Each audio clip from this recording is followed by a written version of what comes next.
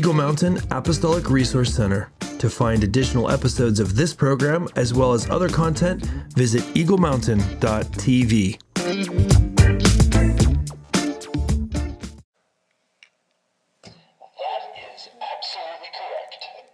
When you people get past your healing procedures, you can wear glasses like this and feel good about it. Let me see him wobble.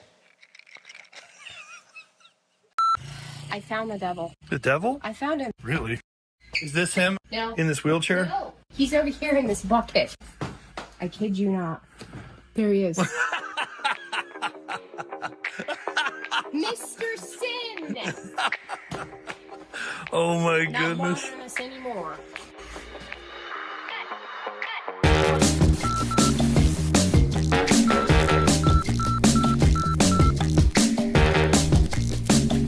And I remember her saying, okay, you're going to play Mr. Sin today.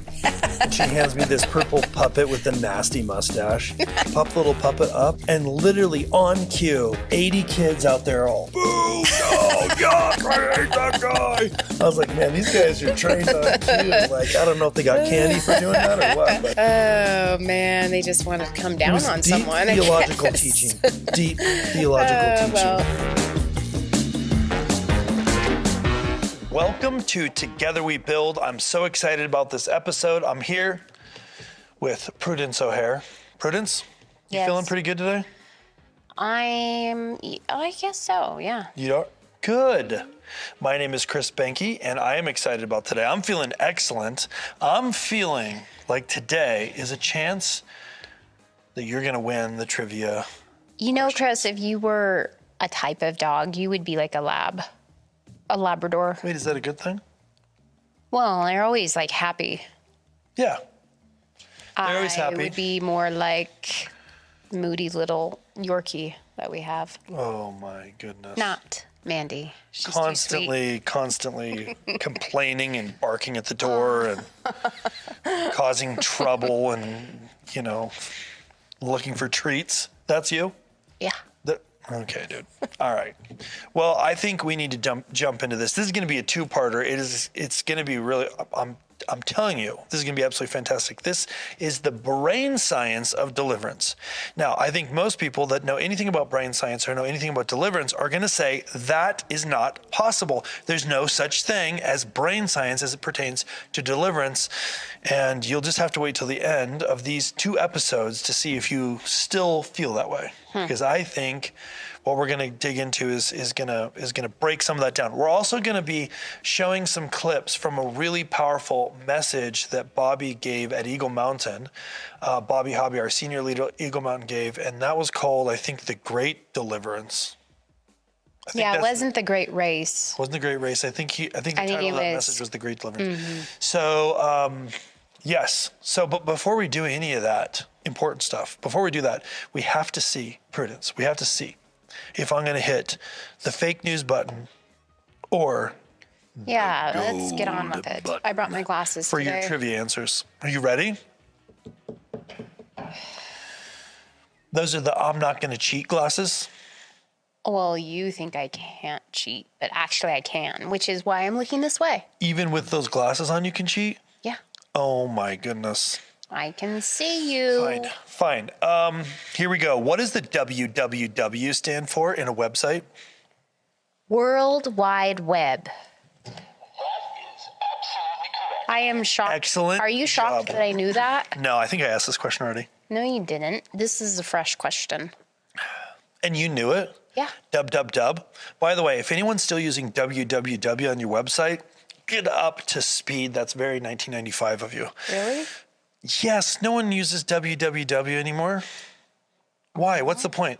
I don't know what the original point was in the first place, so I can't answer that. But a lot of Christians were freaking out because it's like dub is like 666 and the web is the mark of the beast and stuff. What?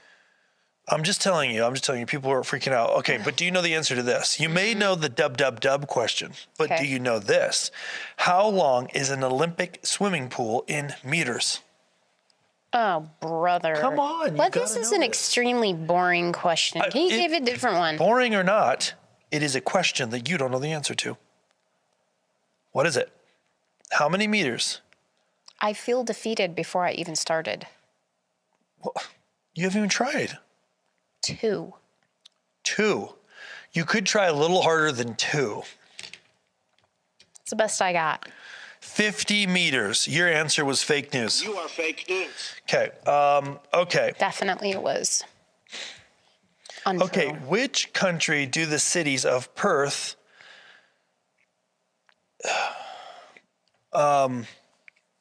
which countries do the cities of Perth, Brisbane, and Sydney belong to? Australia. See, there's another one here that's not Sydney, but I didn't know how to pronounce it. So you get that right. That is absolutely correct. Okay. What geometric shape is generally used for stop signs, especially in this country?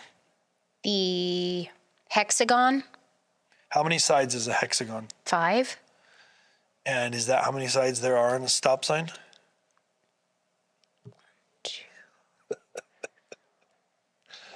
Oh, it's an octagon. Nailed it. Octagon. Absolutely correct. I bet you're shocked I knew that. Nice job. Well, you didn't know it. You had to. Okay, but I still figured it out, so I get credit. You actually get double credit for doing geometric calculations like this. Don't cheat. Don't cheat. Okay. What is cynophobia? Cynophobia. I think I'm saying that right. It's spelled Cynophobia? spelled I think it's the Cynophobia. fear of the theater seats. Very close, but it's actually the fear of dogs. It is? Yeah, maybe I'm saying it wrong, but it is spelled Cynophobia. Cynophobia.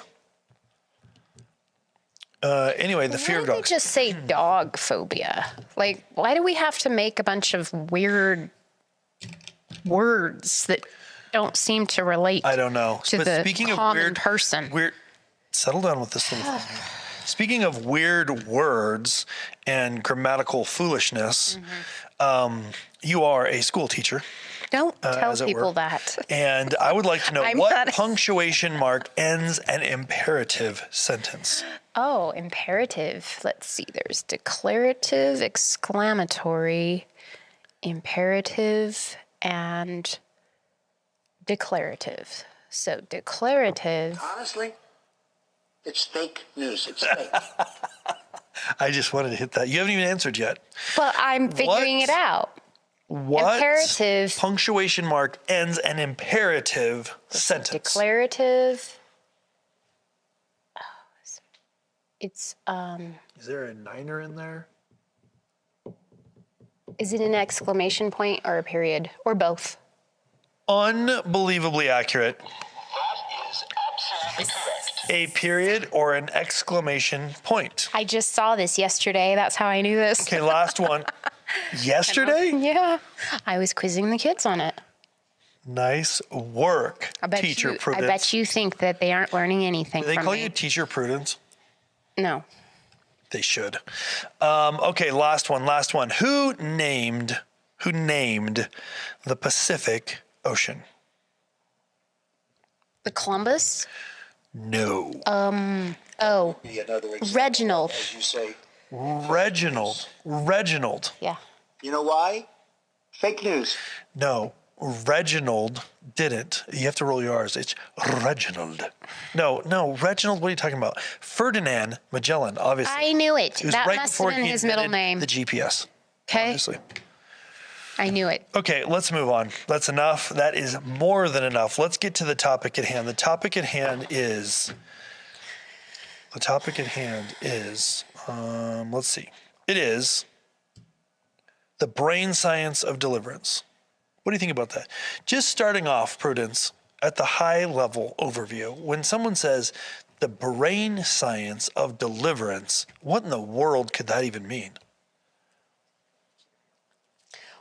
Well, I assume that deliverance has something to do with our brains and that our brains have something to do with the deliverance part. Yeah. Here's what I would say, because when we were even talking about this and we were thinking about the titles, I'm not even sure I liked the titles. But here's what I think. So I think that right now, a lot of times, as people think about deliverance, they have kind of a weird idea based on some random, weird, scary movie that they watched at a sleepover when they were 12, and it had to do with like holy water and Catholic priest and stuff. And that's what they think about deliverance. And then if they've gotten any kind of time to learn a little bit more about what real deliverance is, then they've kind of began to understand a little bit more like what it is, but they still kind of put it over in this supernatural, I won't say mystical, but I'll say supernatural camp, right? Right. So I feel like for most people, when you say brain science, they immediately have a hard time connecting that with deliverance. Would you agree? Well, I mean, I would did. say that it is, an unusual combination. I came up with the title and I had a hard time connecting it. So I think it's an amazing topic to dig into. Okay. So I think we should start by talking at a high level. What is deliverance? Just really, really at its simplest form. By the way, we've got some other episodes of Together We Build that we did with both Robin and Martha and with Jan Schaffner that are amazing, digging into at a deeper level deliverance. Yeah, and why do we keep harping on this specific subject anyway? Yeah, why is that? That is a question. Fill us in. Well, I'm asking you. You're asking me. You should look up the dictionary term of deliverance, and let's read that. Okay, let's just do that. Define because I think that deliverance. Sometimes it's just nice to get behind the basic meat of a word. The meat. It's a noun. The action of being rescued or set free. Ooh, set free. Mm-hmm. I like that. It's also a formal or authoritative utterance. Jason has just captured our clock with the picture of the kid playing the banjo from the movie Deliverance. And I'm 100% certain that is not the right thing to show. You can't put it on this TV, can you? Let's see. Deliverance. To be set free. So, I think that a lot of Christians have a hard time believing that they need to be set free from anything. Yes. That it is good enough to have their golden ticket into heaven, and that's all there is. So end of the line, folks. So the act of being set free, so basically, if we had to put it into a nutshell, deliverance in the Christian context would be what? To be set free from the baggage and the chains and the everything that all the barnacles that we've accumulated in the way of demonic entities and harassment and things that we've given permission to be in our lives that we aren't even aware. Right. Is there. Yeah. So I love the way you said that. So it's kind of like taking the steps necessary for yourself to break free, like according to the Webster, deliverance is being set free from the influence of the demonic in your life. Yeah. Yeah. I mean, the Bible isn't like just joking around when it says that, we have a spiritual battle to fight. Yes, our battle's not with flesh and blood. It's not like some frivolous thing that they just decided to throw in there. Yes, right. Many of us don't even understand the basic premise of that. Yeah. And there's a reason why we've been kept in the dark largely. Right. So when we think about deliverance, and again, I really do strongly recommend, I'm not just saying this because there are episodes and they're amazing, but they are. There's some like really amazing episodes we did with Robin and Martha of Healing Garden Ministries and also with Jan Schaffner, specifically digging into the topic of deliverance and why it's important, and that we'll just keep this at the high level because that's some amazing resources. But at the high level, deliverance is for Christians.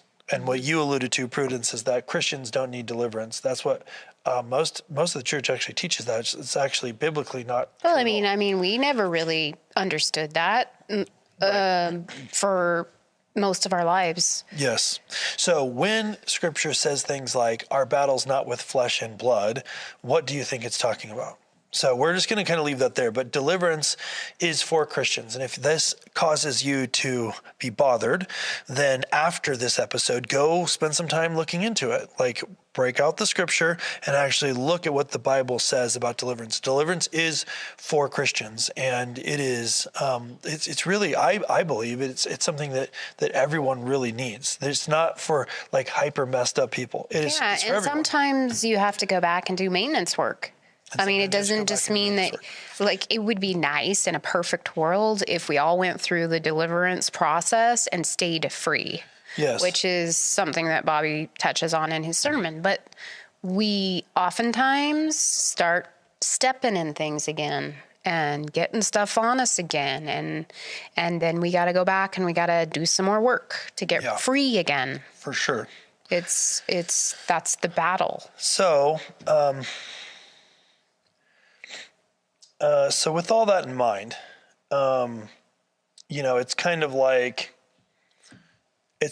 one of those things that there's a stigma with it. There's a kind of a false belief about it.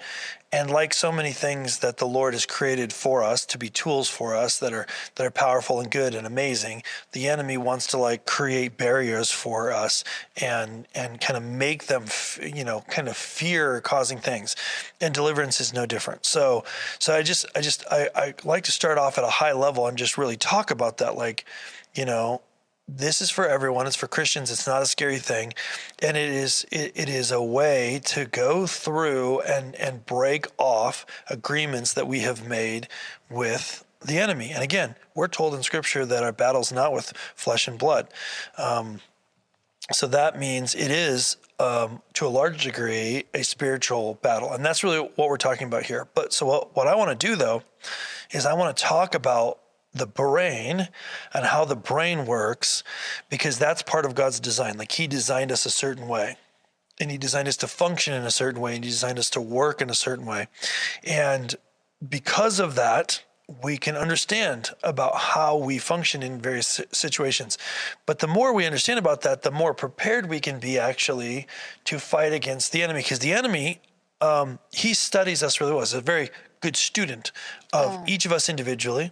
And just as At least I like to use the term devils, because Satan isn't just focused on us. He's got a whole entourage, an army of military personnel with different levels of powers and such, and they get assigned to us. Yes. So they are studying us.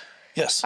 Taking very good notes, deciding what we've done in the past. They keep great records. They are excellent memories. So they're very, very intelligent. Yep. And they are watching us very carefully. Yes. So this is what we call a familiar spirit. Yeah. So with all that in mind,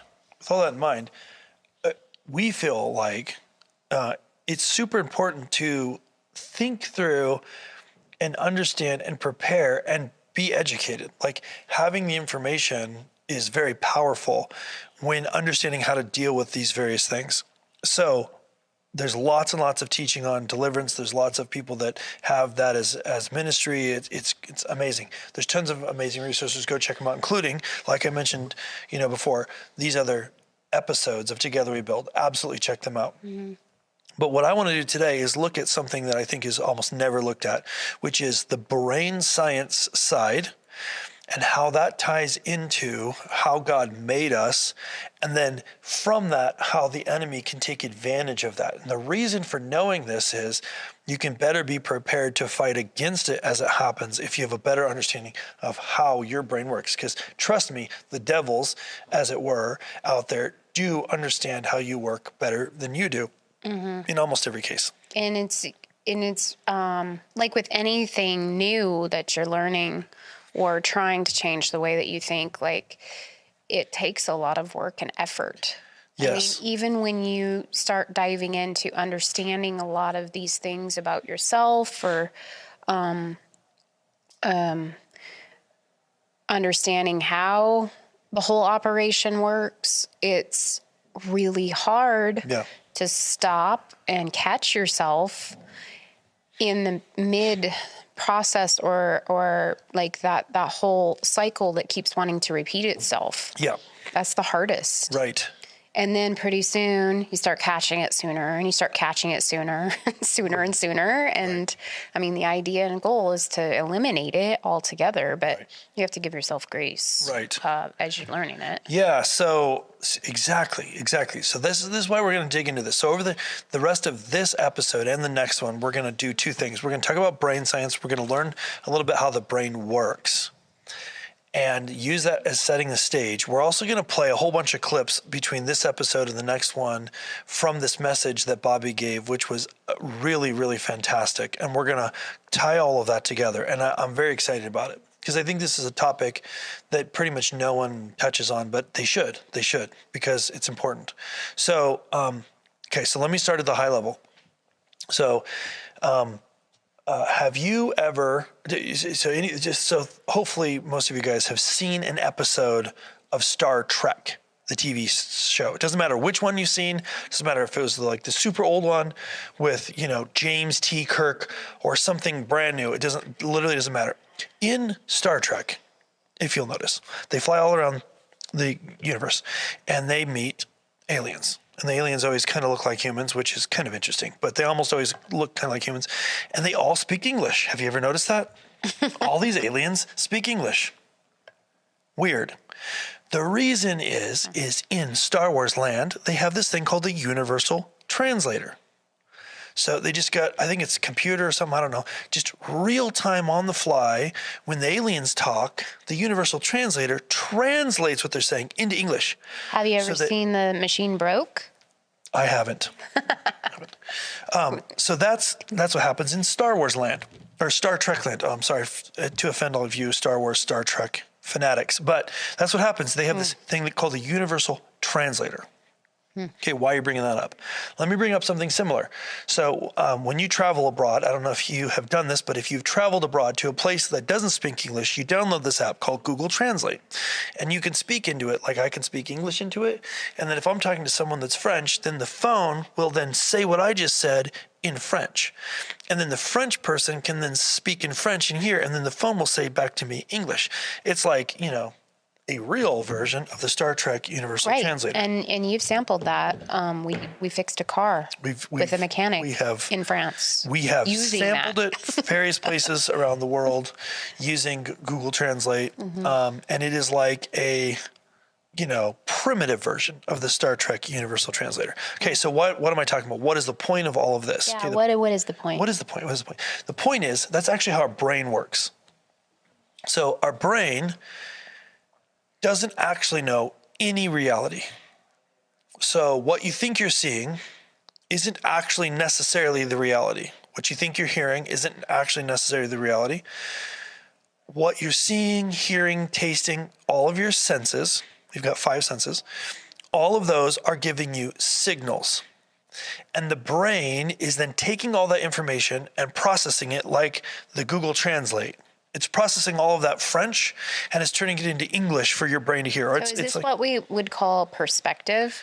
It's a perspective, but perspective is slightly different. But this is literally like your brain takes what it thinks it sees in the world and then creates an understanding and feeds that into itself. So the brain takes the eyeballs and the ears and the tongue and the nerve endings on your fingers and the nose and all of that, and it puts it all together into a package and presents a reality to your brain, and then your brain interprets it. Now, this is really important.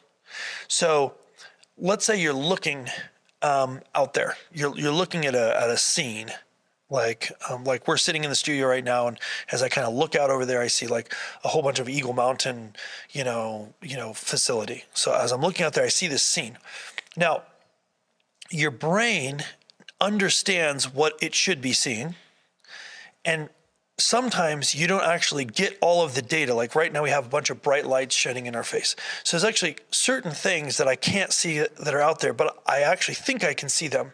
And I actually can see them because my brain fills in the missing pieces. Does that make sense? So your brain fills in the missing pieces from things it remembers? From things it remembers, from things it assumes, from rules, from physics that it's learned. Like, this happens, then that happens, this happens. So all of that data is processed in an instant, literally real time, and your brain presents an image of reality that might not be reality. Here's a really good example. Here's a super good example. Have you ever been stargazing?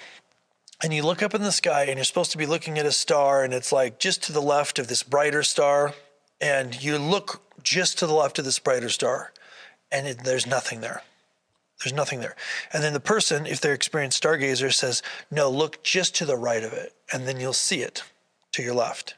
You're like, what? Yeah, so you look just to the right of it, and actually then you can see the star.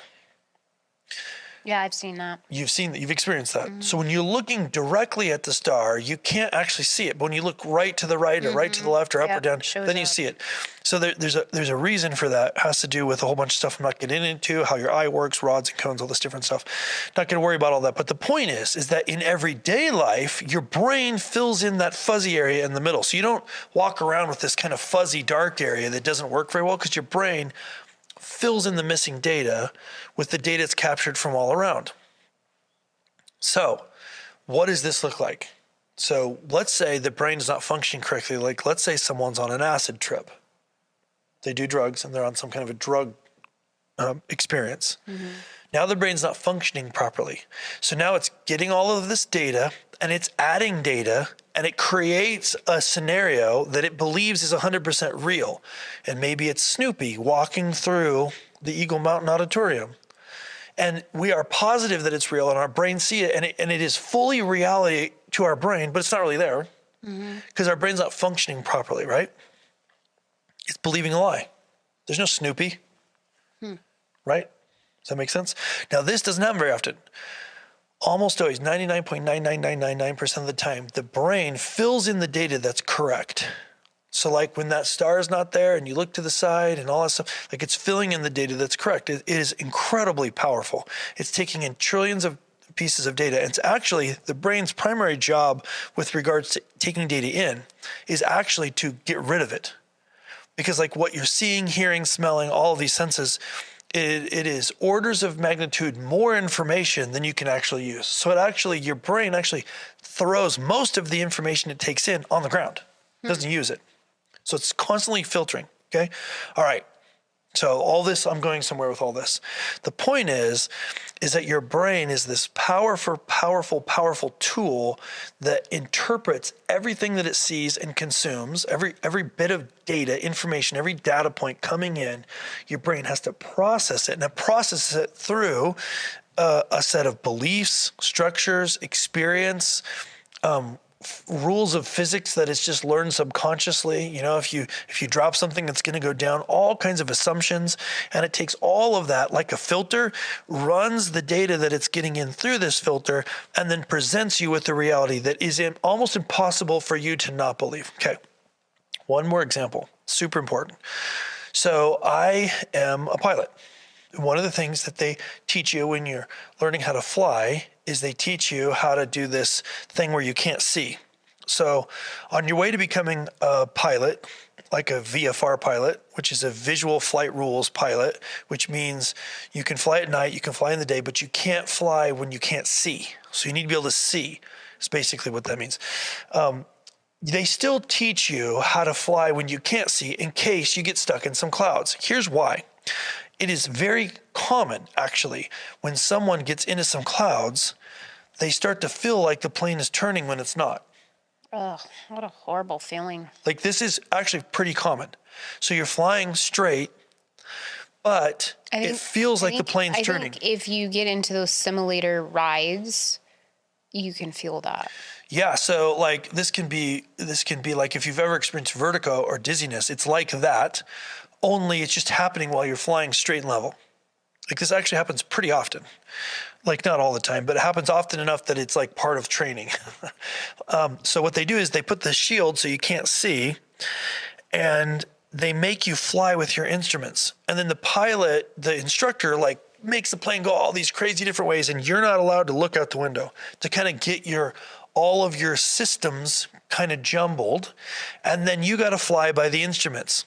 Now, it feels like the plane's turning, but the instrument says it's not, and you're programming your brain to trust the instruments. So it doesn't matter what I feel. I feel like we're turning, but we're not. I feel like we're turning, but we're not. I feel like we're diving, but we're not. I feel like we're upside down, but we're not. Or what can actually happen is I feel like we're right side up, but we're actually upside down. Like that actually happens. So they train pilots how to look at the instruments. And even though everything inside their computer is telling them they're turning, they're not. And to trust the instruments. Why do they do that? Why do they do that training? They do the training is because your brain takes all the data, gives your mind, your conscious, a picture of what's happening. And it is literally not possible for you to not believe it. So you are in full belief that the plane is turning. But they teach you to trust the instruments over what your positive is happening. I'm flying straight and level. So even though I'm positive, I feel everything in me says the plane is turning. It's not. I'm going to not crash because I'm going to trust the instruments. Well, the reason they do that is because your brain does that. So your brain can be tricked. Yeah. So, you know who else knows that? The bad guys. The bad guys. The enemy knows that. The enemy knows that. So, when we talk about the brain science of deliverance, well, one of the things that we need to understand is we are making agreements with a picture that our brain sees that we're positive is true. Like we're positive something's turning and the devil's whispering in our ear, it's turning, but it's true. We're straight and level. It's not true. We're actually straight and level. So when we talk about the brain science of deliverance, we got to first understand, well, what in the world is happening in the brain where the enemy can do this, okay? So this is where I want to talk about a couple of things, how our brain works. Now, there's a lot of different things we could go into. One of them is, if you see this little graphic here, this animated graphic, it's actually showing two neurons that are connecting. So you can see they're connecting, and this thing just keeps repeating.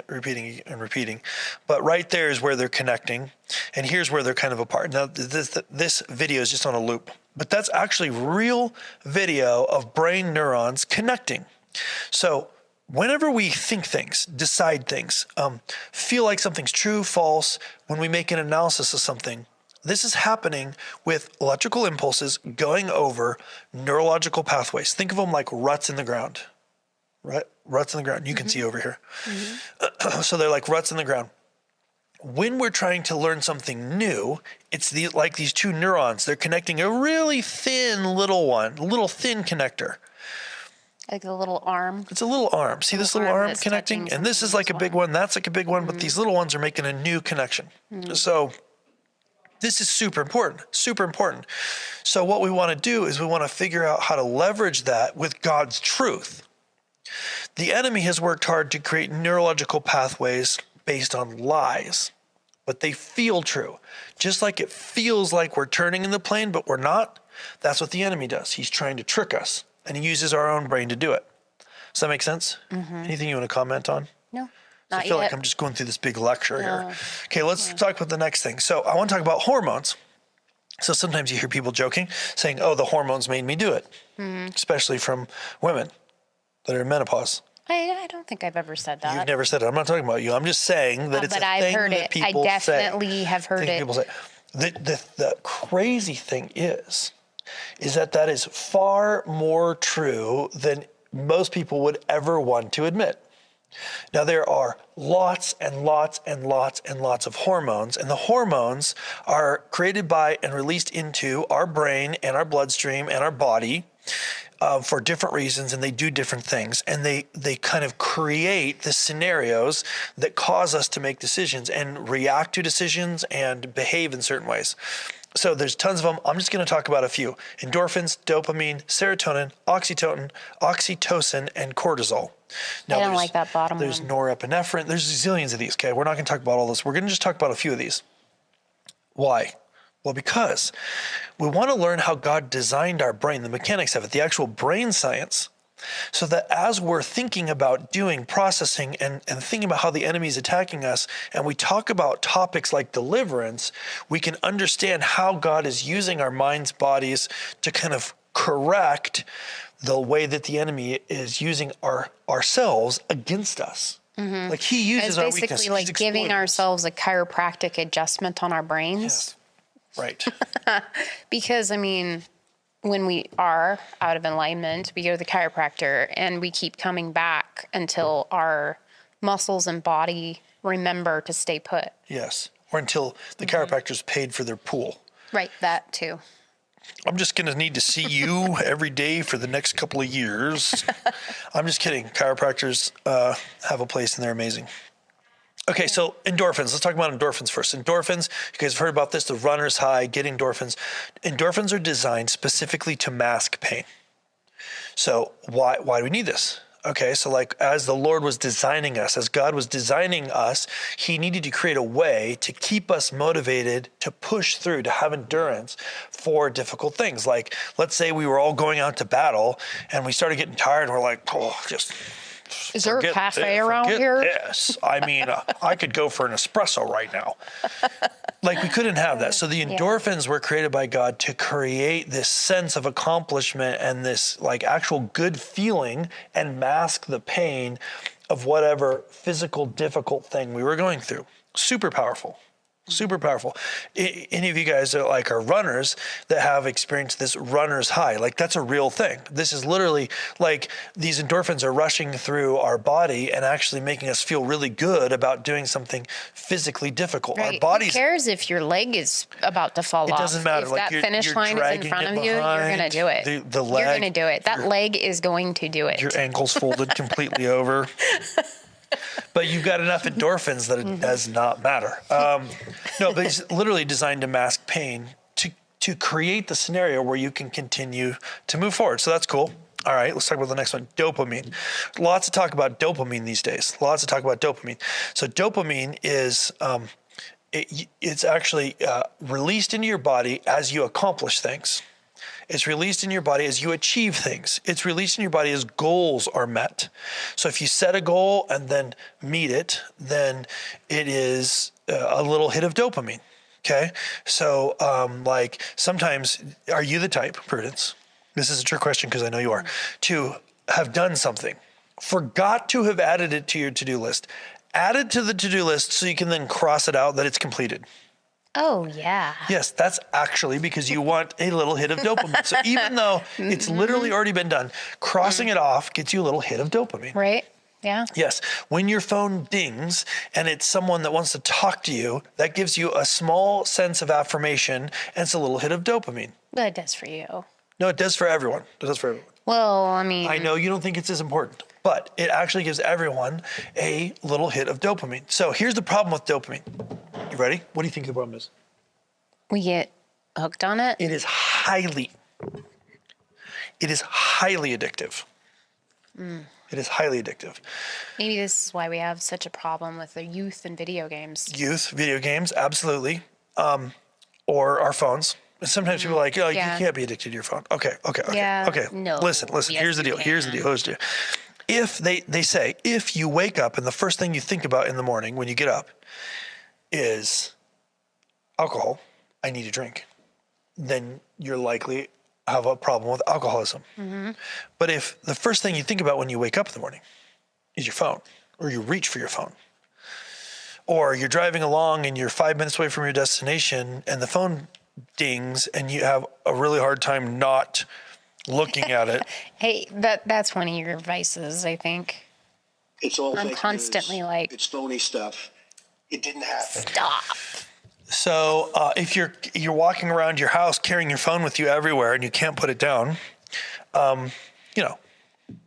so just leave that one there. But the problem is that dopamine is highly addictive, but also highly effective at keeping you moving forward and progressing in things. So this is God's design. Like he made us this way on purpose to want to seek these hits of dopamine. And I call it hits. That makes it sound like worse than it is. These injections that our body gives us of dopamine to cause us to move forward. It's God's design. Let's talk about Serotonin. So with serotonin, so at the end of the day, what people really want is to feel safety. They really want to feel safety. So they want to create an environment where they feel safe. Now, we talk about core motivators when we talk about the Nexus profile, and we've got Together We Build episodes that are about that. And that's amazing. You should check those out. But This is why I create blanket forts for myself. blanket forts? Yeah. Why? Because I like to sit in there by myself. It's safe. That makes so much sense. The impenetrable armor of a blanket fort. Haley's wondering if I'm telling the truth. Yeah. She's like, but I don't know. I wouldn't put it past her. Okay, so we want to create safety, and we achieve it different ways, and depending on the different Nexus type that you are, you kind of look for different things for safety. But at the end of the day, that's what we're trying to do. So serotonin is kind of like, well, here, let me explain it this way. I think Aesop said it best, 500 years before Christ. This is what he said in this fable. The 4 oxen who live there stand tail to tail and offer the lion horns regardless of the direction of the approach. One day, however, an argument causes the 4 oxen to go in their separate ways. On their own, the oxen do not stand a chance against the lion, who picks them off one by one with great ease. Oh, they were dummies. Yeah, so they wanted a place of safety. So when they worked together, they created a place of safety. They created a safe area by creating horns at all sides, by keeping their tails together. So no matter where the lion came, there was horns. Mm-hmm. They were collaborating. That only works if you're collaborating. So we're looking for safety. So serotonin helps us create this place of safety through making us want to desire to connect with each other in a way that creates collaboration, which ultimately leads to safety. Right? So this is a hormone, the chemical that is released into our body that helps us strive for that. It actually connects people together and actually helps people desire to want to function together in unity. And all that is really for the purpose of safety, right? So the enemy knows this, right? He wants to create an opportunity, like with the oxen, to argue with each other and isolate. So we're stronger together. We're better together. Okay, let's talk about oxytocin. Oxytocin real quick. So talk about oxytocin because we're almost out of time already and we haven't even got to the clips. But that's okay because we're setting up the brain science side, so that's fine. So oxytocin, so feeling of love, trust, safety, friendship, intense feeling of safety. So again, this is another one that you can get this through physical touch. Other things kind of create this. But here's the thing that's amazing about oxytocin. So think about it like this. An example of you're in a aggressively, traditionally cold city, like let's say New York. Not cold temperature, like cold culture, right? So if you've ever been to New York, you know what I mean? Like everybody's busy, everybody's walking, everybody is on a mission and they're focused and they're like going different ways on the sidewalk and they don't care about each other. They're not smiling. They're not mad. They have mutual respect. They're all cool. Nobody's even grumpy, but they're not like giving each other hugs. Okay, so in that environment, let's say somebody trips, stumbles, drops their briefcase, and papers go out onto the sidewalk. And then someone else stops for 15 seconds and helps pick them up. They really didn't disrupt their day much. It was 15 seconds. They stopped for 15 seconds, help that person. What happens is immediately at that time, oxytocin is released and they feel really good about helping the person. And what's crazy is the person they're helping also feels really good. They also have oxytocin released. It's like a chemical that is actually helping with the collaboration. It encourages us to want to collaborate together. Super powerful. Do we sell those? Yes. Yeah, we have some in the Connect Center. Synthetic hormone replacement for all of these that is very dangerous. So talk to your doctor first, for sure. So what's really cool about this is there's no shortage, there's no lack of it, there's no running out of it. It doesn't cost anything to make, and it's not just the person helping and the person receiving the help, but someone else 50 feet behind watched it happen. They also get a hit of oxytocin. So it's Yeah, contagious. I saw you. Really, it's I saw you pick up contagious. that guy's papers. That was cool, dude. That was super cool. That was really cool.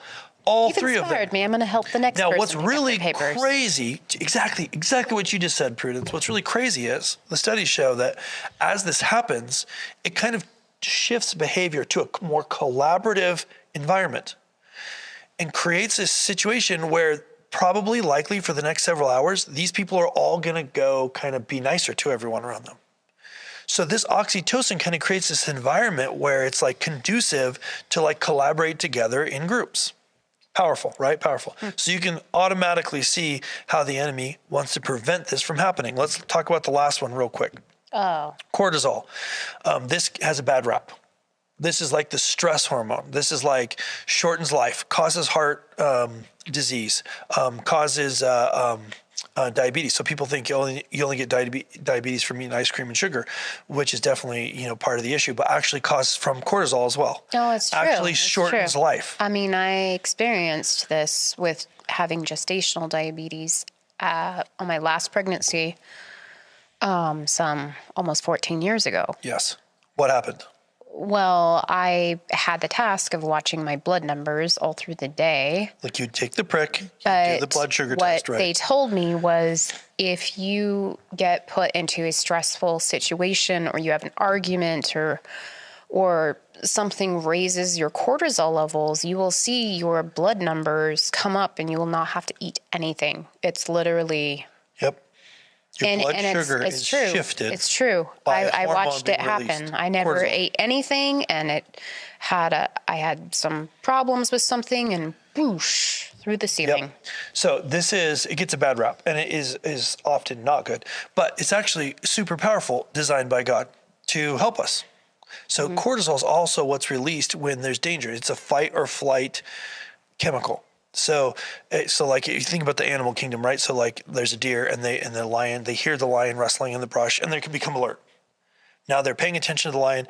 They see the lion. They got the shot of cortisol. They run and they live. And what's amazing is the other deer that didn't hear the lion recognize, sense, and or see the other deer like alert.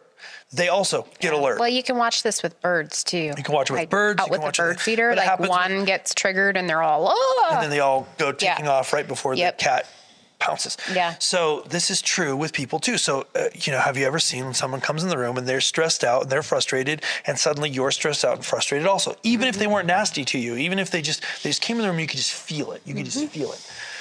I'm accused of bringing that into the room sometimes, that I'm, stressed out about something. They feel it. So it's actually good because Well, it I kind also of... don't like you giving me massages when this is high either, because I can feel it through your massage. Okay, but it's generally good, designed by God. But can you see how the enemy wants to put us in an environment where we're constantly having cortisol released? Because after all, his job is to kill, steal, and destroy. So he can actually lower our life expectancy by creating an environment where this cortisol is constantly being released. Okay. Mm-hmm. So anyways, I'll go back here. So basically, that's all the slides I've got. But I'm just going to play this on a loop here. Anyways, so why do we talk about these hormones and kind of go through all this stuff? Like, why do we do that? What's the point of all that? Well, really, like I said at the very beginning, we want to understand how God designed us so that we're better equipped to understand how might the enemy try to corrupt what we're doing or what our assignment is or what God's trying to do with us. So let's just, in the last 4 or 5 minutes that we have here, Prudence, thinking about how God made our brain work with dopamine, serotonin, oxytocin, cortisol, of all of these things, the endorphins that we have, these various hormones, how does he use those against us? Well, they all affect our brain somehow. Yes. They all affect our So brain. when something is low, Yes. we're easily triggered or more attacked Yep. because we emotionally don't have the physical, natural ability to really fight it. It's kind of like immune system almost for our brains. Yep. Absolutely. And think about it like this. This is the thing that is so key that I mentioned, but you have to get this. So the way our brain works is it takes all the information that it's receiving, and it makes a picture of what it believes the world to look like, the scenario to look like, the memory. Here's exactly what happened. Here's exactly what they said. Here's what they look like. Here's the look on their face. Here's their body posture. And from all of that, it makes a picture for you that you then believe is reality. But just so you understand, this isn't New Age, but what you think you saw as reality isn't actually reality. It is what your brain is telling you reality was. Almost always, it's exactly right. But sometimes, like when we're in the airplane, it's wrong. And that's why we train to trust the instruments. Because we are positive we heard this person say this. Mm-hmm. We're positive we watched them shrug their shoulders. We're positive we saw them roll their eyes. We're positive we heard them quote this thing. We're positive. We're not making it up. We're not exaggerating. We're 100% certain. Except that isn't actually what happened. Because our brain is only giving us it's almost like a report. Here's reality. I know you can't actually see reality, but here's your picture of reality.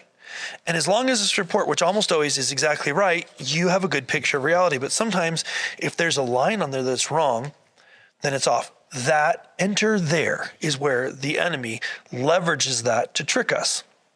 So he does this using, we call it the demon scrambler. Like I say something, and what she interprets my meaning based on all of this data, her brain interprets it as a different meaning. Mm-hmm. But there's actually demonic interference that is twisting the communication between us. Right, but here's the brain science part. The brain science part is your brain is positive what it heard. Mm-hmm. You're not making it up. Mm-hmm. You're 100% certain that I said something I didn't say. Right. Or I meant something I didn't mean. Right. It's using all these things against us. What we heard, what we saw, our brain's ability to fill in all of the missing details, but we see it as a fact, but it's really filling in a bunch of missing details, various chemicals, of which there are a lot more than the few that I just talked about. These are just the biggies that we're talking about right here. But imagine what happens is if every time, okay, think of it like this. Okay, real quick, we're almost out of time. Think of it like this. They did this experiment with monkeys, and they put a banana up a staircase, and they had 5 monkeys down at the bottom of the staircase. And as soon as the one monkey went up to get the banana, they actually sprayed the 5 that weren't going up on the stairs to get the banana, they sprayed them with water. And then the next time a monkey tried, they sprayed the 5 down here, or the 4 remaining ones, they sprayed them with water. So they didn't spray the one that went up the stairs. They sprayed these ones down here. They sprayed them. When those happened, they were releasing cortisol into their bloodstream. And they were getting stressed, and they were fight or flight, and they don't know why they're getting sprayed with water, but they don't like it. They hate it. And so they figure out, as soon as a monkey gets on that staircase, we're all going to get sprayed. So we're going to stop them. So pretty soon, after 2 or 3 times, that doesn't take very long, they figure out, don't let the monkey go on stairs. Do not let him, because we're going to get sprayed. Makes sense, right? Then what happens is they put a new monkey in that never got sprayed with water. That new monkey starts to go up on the stairs. As soon as he starts to go up on the stairs, all the other monkeys grab him, hold him down to the ground, and don't let him go up there. Now, they don't spray any water anymore. They're not spraying water. But those monkeys know. Don't let that sucker go up there because we're all going to get hosed, okay?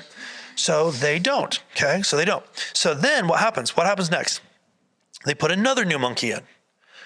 So now the next new monkey tries to go up on the stairs. But as soon as he does, the 3 that are left over, plus the new one, who doesn't know anything about the water all stop him. He doesn't know why he's stopping this monkey. But the others taught him, don't let anybody go on the stairs. It's bad news, bad news, bad news. Again, no water being sprayed. But the monkeys have learned, don't do it. Don't go up there. Then they take another monkey out. They put another new monkey in. So now we got 3 new monkeys that have never been sprayed with water. One of those guys goes up onto the stairs to get the banana. All of them jump in. The 2 that were never sprayed with water now jump in with the same veracity as the others because they don't know why, but it's always been this way. We've always done it this way. Their brains have been reprogrammed to have a cortisol hit. A cortisol hit. So you keep doing this, you keep doing this until you have all new monkeys. Now, this could go a year later, and they do this experiment for a long time. Like generational training. Generational training. This is super important, super important, super important. So we now have all new monkeys that have never been sprayed with water. And they're all absolutely violently opposed to letting one of them go on the stairs. Why? It's always been done. It's always been this way. Like ever since the second I got into this basement, I learned don't let any monkeys go on the thing. So this is a perfect example of how the enemy uses generational curses, uses lies to trick your brain into releasing cortisol, and you are fighting with all your might to keep that stinking monkey from going on the steps. Why? You don't know. You don't know why. You don't know why. You don't know why, but with all of bad. your being, you are convinced it is not okay to let that monkey go on the stairs. This is why it's so important to understand the brain science behind how the enemy tricks us. Why? It's about trusting your instruments. It's like that flight training. Well, okay, cool. I understand in an airplane, trust your instruments. What are you talking about here? This is about having a relationship with the Lord that is so grounded in Scripture and time with the Holy Spirit that when you are certain you're turning upside down, you can look at your instruments, which is the Lord, and say, actually, I'm straight and level. I'm actually straight and level right now. How we tie this into deliverance, and we're going to dig into this in the next part 2 of this is a realignment of our instruments. So deliverance is how we get our instruments tuned back to the Lord so that when the horizon on my instrument says it's level, it actually is level. Without that, I already know I can't fully trust my emotions and my brain. Like I'd like to be able to, but I can't because my brain says we're turning, but we're actually straight and level. My brain says, don't let that monkey go up there because something bad's going to happen. What? I don't know. But it's just every fiber of my being says, don't let that monkey go on the stairs. Look, it was 3 generations ago that you were getting sprayed by water. You didn't even know about it. You didn't know that 3 generations ago somebody was a Mason and they injected curses into your family.